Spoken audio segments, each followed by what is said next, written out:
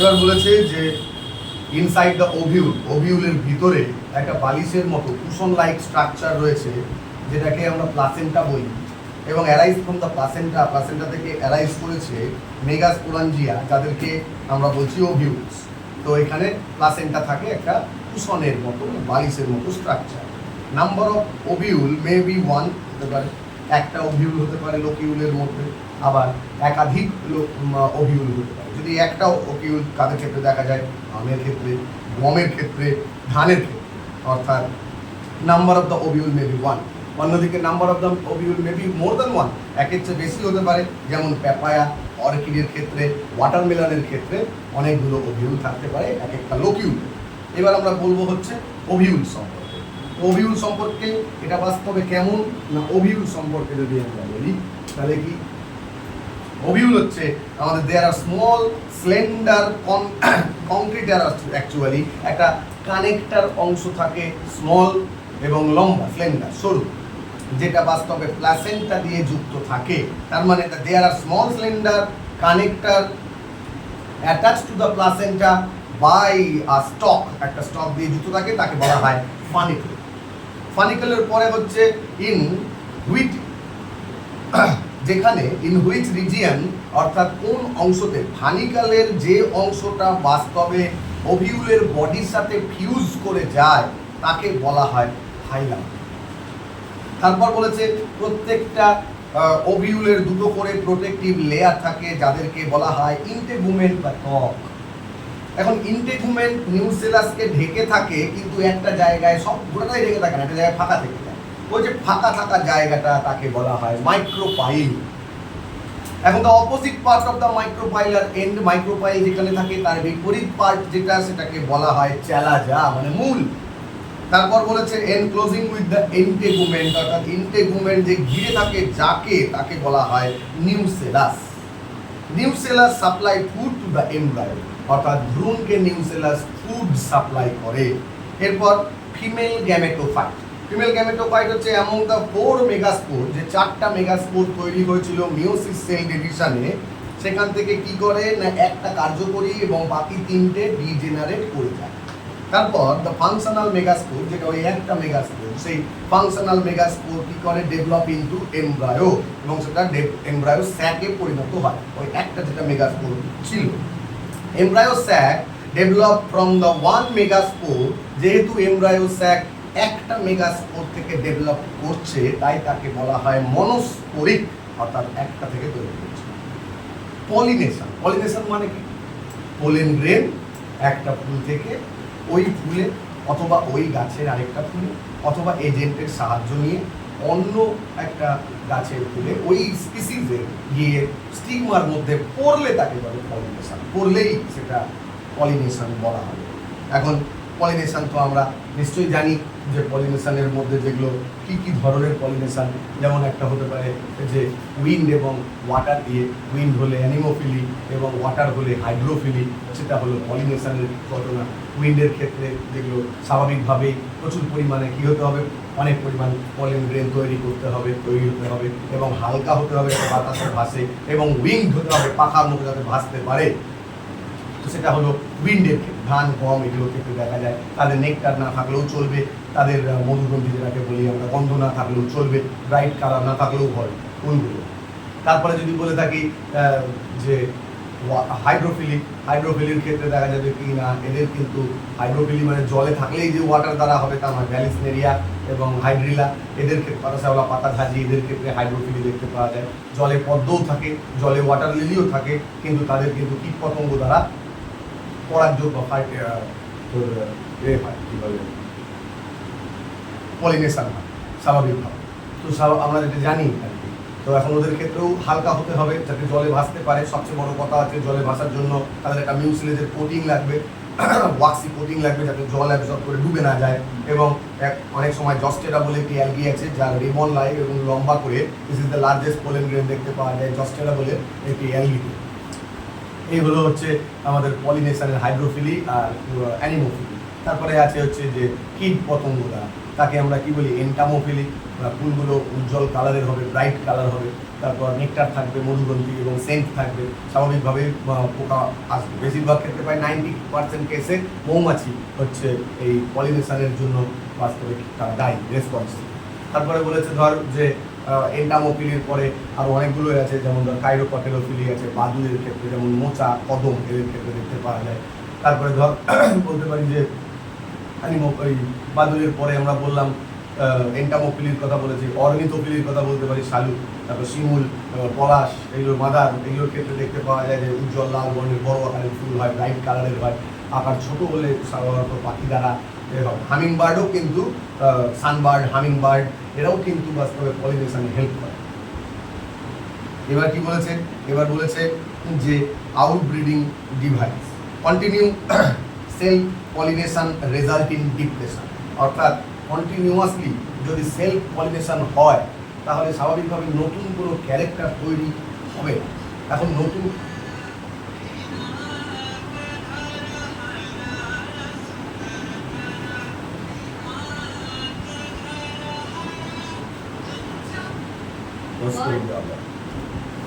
নতুন কোনো ফুল তৈরি।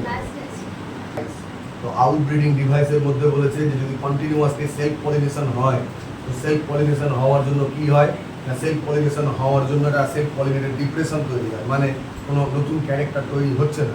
এখন নতুন ক্যারেক্টার তৈরি হচ্ছে না, স্বাভাবিকভাবেই বুঝতে পারছি যে নতুন ক্যারেক্টার তৈরি হচ্ছে না বলে সেটা পৃথিবীর সাথে অ্যাডজাস্ট করতে পারছে না, তো ঠিকঠাক অ্যাডজাস্ট করতে পারছে না। সেক্ষেত্রে কী হয়েছে, সেক্ষেত্রে ফুলগুলো কিছু কিছু পদ্ধতি অ্যাপ্লাই করেছে, তাদেরকেই আমরা বলি আউটব্রিডিং ডিভাইসেস। যেমন ধর ফ্লাওয়ারিং প্ল্যান্ট বেশ কিছু ডিভাইস তৈরি করেছে যাতে করে ইনব্রিডিং ডিপ্রেশনটাকে কাটিয়ে ওঠা যায়। যেমন এক নম্বর বলেছে যে প্লাজমা, এক নম্বর বলেছে যে স্টিগমা, বাস্তবে স্টিগমা এবং অ্যান্ড্রোসিয়াম যেটা রয়েছে তারা, অর্থাৎ স্টিগমা এবং অ্যান্থার যেটা রয়েছে সেটা নট সিনক্রোনাইজড, মানে অ্যারেঞ্জমেন্টটা একরকম ঠিকঠাক করে হয়, বিন্যাস তাদের একই নয়। তারপরে বলেছি in some cases another stigma দুটো আলাদা আলাদা দূরত্বে অবস্থান করছে। কখনো কখনো দেখা যাচ্ছে যে অ্যান্থার আগে ম্যাচিওর করে গেছে, স্টিগমা পরে ম্যাচিওর করছে, আবার স্টিগমা আগে ম্যাচিওর করে গেছে, অ্যান্থার পরে ম্যাচিওর করছে। স্বাভাবিকভাবে সেক্ষেত্রে দেখা যাবে যে তাদের কিন্তু সেলফ পলিনেশন হবে না। অনেকের ক্ষেত্রে দেখা যাবে যে গাছ, যেমন চা গাছের ক্ষেত্রে সেলফ ইনফার্টিলিটি দেখতে পাওয়া যায়, স্ববন্ধাত্ম, এগুলোও একটা প্রসেস। এখন ইউনিসেক্সুয়াল ফ্লাওয়ার প্রোডাকশন, অর্থাৎ বাইসেক্সুয়াল ফ্লাওয়ার থেকে যদি একটা উভলিঙ্গর বদলে যদি দেখা যায় যে একটা ইউনিসেক্সুয়াল ফ্লাওয়ার তৈরি হয়েছে, মেল ফ্লাওয়ার বা ফিমেল ফ্লাওয়ার, তাহলে স্বাভাবিকভাবেই তাদের কিন্তু কী হবে না, তাদের কিন্তু সেলফ পলিনেশন হবে না, ক্রস পলিনেশনই করতে হবে। তো এইভাবে আমরা মনোসিয়াস এবং ডায়োসিয়াস এই তথ্যটাও ইনফরমেশনটা পাবো। মনোসিয়াস মানে ধর মেল ফ্লাওয়ার ফিমেল ফ্লাওয়ার একটা কাছেই তৈরি হয়েছে, তাহলে তাকে বলে মনোসিয়াস, যেমন কোকোনাটের ক্ষেত্রে দেখা যায়। ডায়োসিয়াসে দেখতে পাওয়া যায় যে মেল ফ্লাওয়ার ফিমেল ফ্লাওয়ার দুটো আলাদা আলাদা গাছে তৈরি হয়েছে, তখন তাকে বলা হয় ডায়োসিয়াস, যেমন হচ্ছে পেঁপে গাছের ক্ষেত্রে, তাল, পাম গাছের ক্ষেত্রে। এবার বলেছে যে পোলেন পিস্টিল ইন্টারাকশন কেমন করে হয়, chemical composition of the pollen recognised by the pistil, then stigma accepting, অর্থাৎ অ্যাকসেপ্ট করবে কিনা বা অ্যাকসেপ্ট করবে না রিজেক্ট করবে স্টিগমা, সেটা বাস্তবে chemical composition of the pollen গ্রেনের উপর নির্ভর করে। পোলেন গ্রেনের কেমিক্যাল কম্পোজিশন যদি স্টিগমার কেমিক্যাল কম্পোজিশনের পরিপূরক হয় তবে স্টিগমা সেই পোলেন গ্রেনটাকে অ্যাকসেপ্ট করবে, আদারওয়াইজ সেটাকে রিজেক্ট করবে, কম্পিটেবল অর ইনকম্পিটেবল। আমি যদি এখন বলি যে জবা গাছের একটা পোলেন গ্রেন গোলাপ গাছের মধ্যে পড়ে যাবে, তাহলে কি গোলাপ গাছ তৈরি হবে? নিশ্চয়ই হবে না। তো স্বাভাবিকভাবেই সেটা হচ্ছে ইনকম্পিটেবিলিটি বলা হয়। ইমাসকুলেশন, আমরা এটাও শুনেছি ইমাসকুলেশনের ক্ষেত্রে কী আছে না, ইমাসকুলেশনটা হচ্ছে যে আমরা যদি একটা উভলিঙ্গ মানে বাইসেক্সুয়াল ফ্লাওয়ার থেকে যদি মেল পার্টটাকে বাদ দিয়ে দিই, সেটা এখন গরম জল, ঠান্ডা জল, চিমটার দ্বারা, সাকশন প্রেশারের দ্বারা, H2SO4 দ্বারা, এগুলো বিভিন্ন রকম প্রসেস আছে, সেটা প্রসেস করে যদি ওখান থেকে তাকে একলিঙ্গ ফুল বানিয়ে দিই, ইউনিসেক্সুয়াল ফুল মানে অ্যাকচুয়ালি ফিমেল ফ্লাওয়ার বানিয়ে দিই, তাহলে কী হবে, ফিমেল ফ্লাওয়ার বানিয়ে দিলে আমাদের কিন্তু তখন সেলফ পলিনেশন আর হবে না, ক্রস পলিনেশন ঘটাতে হবে। আমরা নিজের পছন্দসই পোলেন গ্রেন যদি ওর মধ্যে দিতে চাই, সেটাকে আমরা বলি ইমাসকুলেশন। এবং কি বাদ দিব, রিমুভাল অফ দ্য অ্যান্ড্রোসিয়াম, একটা বাইসেক্সুয়াল ফ্লাওয়ার থেকে অ্যান্ড্রোসিয়ামকে বাদ দিয়ে তাকে আমরা ফিমেল ফ্লাওয়ার বা ইউনিসেক্সুয়াল ফ্লাওয়ার বানিয়ে দিয়েছি। তো তো স্বাভাবিকভাবে এটা আমরা কৃত্রিমভাবে করে থাকি। এটা দিয়ে যদি বাদ দিয়ে দিই তাহলে সেটাকে কী করতে হবে, একটা প্লাস্টিক দিয়ে মুড়ে দিতে হবে। তার কারণ না হলে যেগুলো এয়ার কারেন্ট দ্বারা যেগুলো পলিনেশন হয় সেটা গিয়ে ওর মধ্যে পড়ে যাবে। স্বাভাবিকভাবে আমার পছন্দসই ক্যারেক্টারটা আমি পাবো না। এই কারণেই আমরা কী করেছি, এই কারণেই আমরা সেটাকে আলাদা করে দিয়েছি, মানে প্যাকেট করে দিচ্ছি। তাকে বলা হয় ব্যাগ, মানে ব্যাগিং। এবং প্যাকেট করার পরে ওর মধ্যে লিখে রাখি যে এটা কোন ফ্লাওয়ারের ক্ষেত্রে কবে ঘটানো হচ্ছে, কারণ ভায়াবিলিটি নির্ভর করে পোলেন গ্রেন, একটু আগেই আমি বলেছি। তো স্বাভাবিকভাবে সেটাকে লিখিয়ে রাখা হয় একটা চিটকুটের মধ্যে, তাকে বলা হয় ট্যাগিং। তাহলে ব্যাগিং, ট্যাগিং আর ইনমাস্কুলেশন হলো। এরপর বলেছে কি, এরপর বলেছে ডাবল ফার্টিলাইজেশন, অর্থাৎ ফার্টিলাইজেশন। ডাবল ফার্টিলাইজেশনটা কি না, ডাবল ফার্টিলাইজেশন মানে যেখানে আমাদের এই যে সাইনার্জিডস যেটা রয়েছে, আমরা জানি যে ডাবল ফার্টিলাইজেশনের ক্ষেত্রে এটা এরকম যদি রয়ে থাকে তাহলে এখানে থাকে হচ্ছে দুটো, আর এটা হচ্ছে ওভাম। এই তিনটিকে একত্রে বলা হয় এগ অ্যাপারেটাস।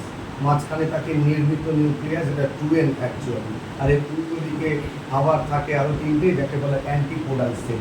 তো আমরা জানি যে এই যে আমাদের মেল গ্যামেট যেটা ছিল অ্যাকচুয়ালি যে জেনারেটিভ সেল, দুটো সেল তৈরি করেছিল আমরা বললাম 60% কেসে, তাহলে আরও 40% কেস যেটা আছে সেখানে তিনটে সেল তৈরি করছে।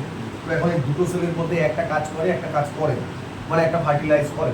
তো সেক্ষেত্রে যদি একটা কাজ করে এবং আরেকটা যদি ফার্টিলাইজ করতে থাকে, একটা ফার্টিলাইজ করে আমরা তো এটা পেয়েছি, তারপরে এটাকে সেন্ট্রাল সেল বলা হয়। সেন্ট্রাল সেলকে যদি আবার ফার্টিলাইজ করা হয় এন দিয়ে, তাহলে কী হবে, এন দিয়ে যদি আবার ফার্টিলাইজ করা হয় ইনটু করে দিলাম, তাহলে এন স্কোয়ার না, এখানে দাঁড়াবে হচ্ছে 3n। একে আমরা বলি হচ্ছে primary এন্ডোস্পার্মিক nucleus.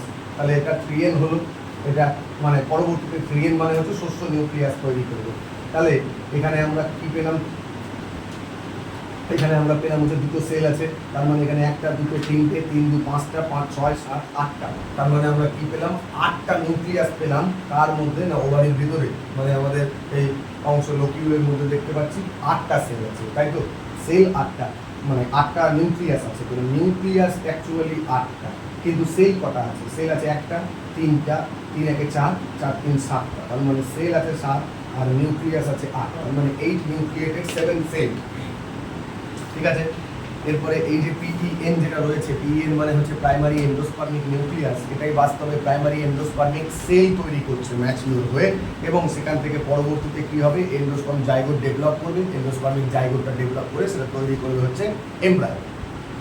Post fertilisation, post fertilisation বলেছে যে maturation of the ovule into seed, অর্থাৎ সিডটা ম্যাচিওর হয়ে কি তৈরি করে, ওভিউলটা ম্যাচিওর হয়ে সিড তৈরি করে। অন্যদিকে যেটা ওভারি ছিল সেটা ম্যাচিওর হয়ে ফ্রুট তৈরি করে। এবং ফার্টিলাইজেশনের পর, after fertilisation, the tissue of the 3n endosperm যেটা আছে সেটা filled with the food material, অর্থাৎ সেটা ফুড মেটেরিয়াল দিয়ে ফিল করা হয়। এবার বলেছে যে অনেক ক্ষেত্রে যে পিএন অর্থাৎ প্রাইমারি এন্ডোস্পার্মিক নিউক্লিয়াস আন্ডারগোজ দ্য কি সাকসেসিভ, পরপর দুখানা নিউক্লিয়ার ডিভিশন ঘটায়, নিউক্লিয়ার ডিভিশন তৈরি করে। আমরা আগেই বলে দিয়েছি যে বাস্তবে নিউক্লিয়ার এন্ডোস্পার্ম তৈরি করে, আবার অনেক ক্ষেত্রে নিউক্লিয়ার এন্ডোস্পার্মগুলো পরপর দুবার নিউক্লিয়ার ডিভিশন করে, কে না পিইএন, মানে প্রাইমারি এন্ডোস্পার্মিক নিউক্লিয়াসটা। অন্যদিকে যে সেল ওয়াল ফর্মেশনের মাধ্যমেও তারা কিন্তু আবার ডিভাইডেশন হয়, সেলুলার ফর্মেশন বলা হয় তাকে। আবার হেলোবিয়াল পদ্ধতি আছে অ্যাসপারজিলাসের ক্ষেত্রে, সেটা আবার হেলোবিয়াল শস্য, মানে হেলোবিয়াল প্রাইমারি এন্ডোস্পার্মিক নিউক্লিয়াস। এবার বলেছে যে এন্ডোস্পার্ম অনেক সময় কি হয় না, endosperm completely consume by the embryo. অনেকের ক্ষেত্রে এন্ডোস্পার্মটা দেখা যায় যে সম্পূর্ণরূপে এমব্রায়ো খেয়ে ফেলেছে, মানে কনজিউম করে ফেলেছে, যেমন হচ্ছে গ্রাউন্ড নাট, যেমন হচ্ছে পি, এগুলোর ক্ষেত্রে। আবার অনেক ক্ষেত্রে এন্ডোস্পার্ম খানিকটা পরিমাণ থেকে যায় এবং আফটার ম্যাচুরেশনের পরেও অল্প পরিমাণ এন্ডোস্পার্ম থেকে যায়। এরপর বলেছে কি, এরপর বলেছে এমব্রায়ো মানে ভ্রূণ। তো জাইগোট, এবারে embryo actually located in the micropylar end, অর্থাৎ এমব্রায়ো কোথায় থাকে, এমব্রায়ো এইখানে থাকে, মাইক্রোপাইলার এন্ডে অবস্থান করে। এবং most of the zygote divide after certain amount of এন্ডোস্পার্মিং ফর্ম। আগে এন্ডোস্পার্ম খানিকটা তৈরি হয়, তৈরি হওয়ার পর তারপরে জাইগোটের ডিভিশন হয়ে এন্ডোস্পার্ম তৈরি করে। এরপরে বলেছে through the seed the it is early stage, অর্থাৎ early stage of the embryo develop called, অর্থাৎ এমব্রায়ো তৈরি হওয়ার পদ্ধতিকে আমরা কি বলে থাকি, এমব্রায়ো তৈরি হওয়ার পদ্ধতিকে আমরা বলি এমব্রায়োজেনিক, এমব্রায়োসিস পদ্ধতি আর কি। Zygote divide to produce pro embryo, zygote প্রথমে প্রো এমব্রায়ো তৈরি করে এবং তারপরে সেটা ম্যাচিওর হয়, ম্যাচিওর হয়ে হার্টের মতো করে এমব্রায়ো তৈরি করে। এবার ডাইকটিলেডনাস এমব্রায়োর মধ্যে কি আছে? ডাইকটিলেডনাস এমব্রায়ো, অর্থাৎ এমব্রায়ো দু রকমের হতে পারে, মনোকটিলেডনাস আর ডাইকটিলেডনাস। তো আমি আগে ডাইকটিলেডনাসের কথা বলি, ডাইকটিলেডনাস এমব্রায়ো। ডাইকটিলেডনাস এমব্রায়োর মধ্যে কি থাকে? একটা থাকে এমব্রায়োনাল অ্যাক্সিস আর একটা থাকে কটিলেড। তো একটা থাকে হচ্ছে এমব্রায়োনাল অ্যাক্সিস, এমব্রায়োনাল অ্যাক্সিস, আরেকটা কি থাকে? আরেকটা থাকে হচ্ছে কটিলেড। তো কটিলেডের মধ্যে আমরা জানি ডাইকটিলেডের মধ্যে দুটো কটিলেড রয়েছে। এমব্রায়োনাল অ্যাক্সিসের মধ্যে কি বলেছে? The portion of the above the level of the cotyledon, কটিলেডের উপরে, মানে the portion of the above the level, the portion of the above of the level, above the level, the portion of the above the level of cartilage, cartilage ওপরে, cartilage ওপরের অংশ যেটা, সেটা কি না above the level of cartilage, তাকে আমরা কি বলি? এপিকটাইল। তার মানে একে আমরা বলি হচ্ছে এপিকটাইল। এই এপিকটাইল পরবর্তীতে কি হয়? এপিকটাইল পরবর্তীতে ফিউমিউল তৈরি করে। এই ফিউমিউল ম্যাচিওর হয়ে কি করে? Shoot system. তারপরে কি বলেছে? একই জিনিস বলবো, the portion of the below of the level of the cotyledon. তার মানে বিলো যদি হয় তাহলে কি হবে? যদি বিলো হয় নিচে, তার মানে বিলো যদি হয় তাকে বলি হচ্ছে হাইপোকটাইল। হাইপোকটাইল। এই হাইপোকটাইল কি করবে? র্যাডিক্যাল তৈরি করবে। র্যাডিক্যালের পরে কি হবে? র্যাডিক্যালের পরে সেটা রুট সিস্টেম তৈরি করবে। হলো পোলেন গ্রেন এর কথা আমরা অনেকটাই বললাম। আমার কি প্রশ্ন? শরীর খারাপ এরপর যেটা বলেছে সেটা হচ্ছে আমাদের কি না মনোকটিলেডের, ডাইকটিলেডের ক্ষেত্রে বললাম। মনোকটিলেডের ক্ষেত্রে কি বলেছে না মনোকটিলেডের ক্ষেত্রে একটাই মাত্র কটিলেড থাকবে। ওখানে ছিল কি না একটাই যে কটিলেড থাকবে, দিস ইজ, আর কোথায় থাকবে সেটা অ্যাকচুয়ালি থাকবে হচ্ছে ল্যাটারাল সাইড। এবং মনোকটিলেডের যে একটাই কটিলেড তাকে বলি স্কুটেলাম, এবং এই স্কুটেলাম অ্যাকচুয়ালি সিচুয়েটেড থাকবে lateral side of the embryonal Axis, and this is the lower end of the embryonal axis। Radical তৈরি করবে নিচের অংশটা, রেডিক্যাল তৈরি করে সেটা বিকাম দ্য রুট ক্যাপ তৈরি করবে। Root cap enclosed with the undifferentiated seed, অর্থাৎ রুট ক্যাপের মধ্যে অবিভেদিত কিছু বীজ থাকবে, সিড আর কি, যাদেরকে আমরা বলি হচ্ছে পোলিওরাইজা। এর পরবর্তীতে যে portion of the embryonal axis above the scutellum, স্কুটেলামের নিচে যেটা সেটাকে বলা হয় কি, সেখান থেকে রুট ক্যাপ, এবং সেটাকে বলা হয় পোলিওরাইজা। আর যেটা স্কুটেলামের উপরের অংশ সেটা কি না সেখান থেকে তৈরি হবে শুট অ্যাপেক্স, এবং তাকে আমরা বলবো হচ্ছে কি ওই শুট অ্যাপেক্সের ভিতরে একটা হলো ফলিয়ার অংশ থাকবে থলির মতো, তাকে বলবো হচ্ছে কোলিওপটাইল, একটা কোলিওরাইজা, একটা কোলিওপটাইল। এবার সিড সম্পর্কে আমরা জানি this is form inside the ovule এবং ইনসাইড দ্য ফ্রুট অ্যাকচুয়ালি, এবং এটা ফার্টিলাইজড ওভিউল, অর্থাৎ এরা নিষিক্ত হয়ে গেছে, ফার্টিলাইজড ওভিউল সিড তৈরি করে। তারপরে বলেছে কনসিস্ট অফ সিড কোট, এটা থাকবে হচ্ছে সিড কোট দিয়ে, কটিলেড দিয়ে, আর থাকবে এমব্রায়োনাল অ্যাক্সিস দিয়ে, এবং সেটা সিম্পল স্ট্রাকচার। বাট ইন লেগুমিনাস প্ল্যান্টের ক্ষেত্রে তাদের সোয়ালোইং স্ট্রাকচার দেখা যায় ফুলে থাকা, তাদেরকে সোয়ালোইং স্ট্রাকচার বলে, যেখানে খাবার সঞ্চিত থাকে। সিড অ্যাকচুয়ালি দু রকমের, একটা নন অ্যালবুমিনাস, একটা অ্যালবুমিনাস। নন অ্যালবুমিনাস মানে কোনো এন্ডোস্পার্ম বেঁচে থাকবে না, নো এন্ডোস্পার্ম প্রেজেন্ট। 2 নম্বর বলেছে completely can consume by the embryo, অর্থাৎ এমব্রায়ো পুরোটাই খেয়ে নেবে, নিয়ে নেবে, কনজিউম করে নেবে, যেমন পি গ্রাউন্ড নাটের ক্ষেত্রে দেখা যায়।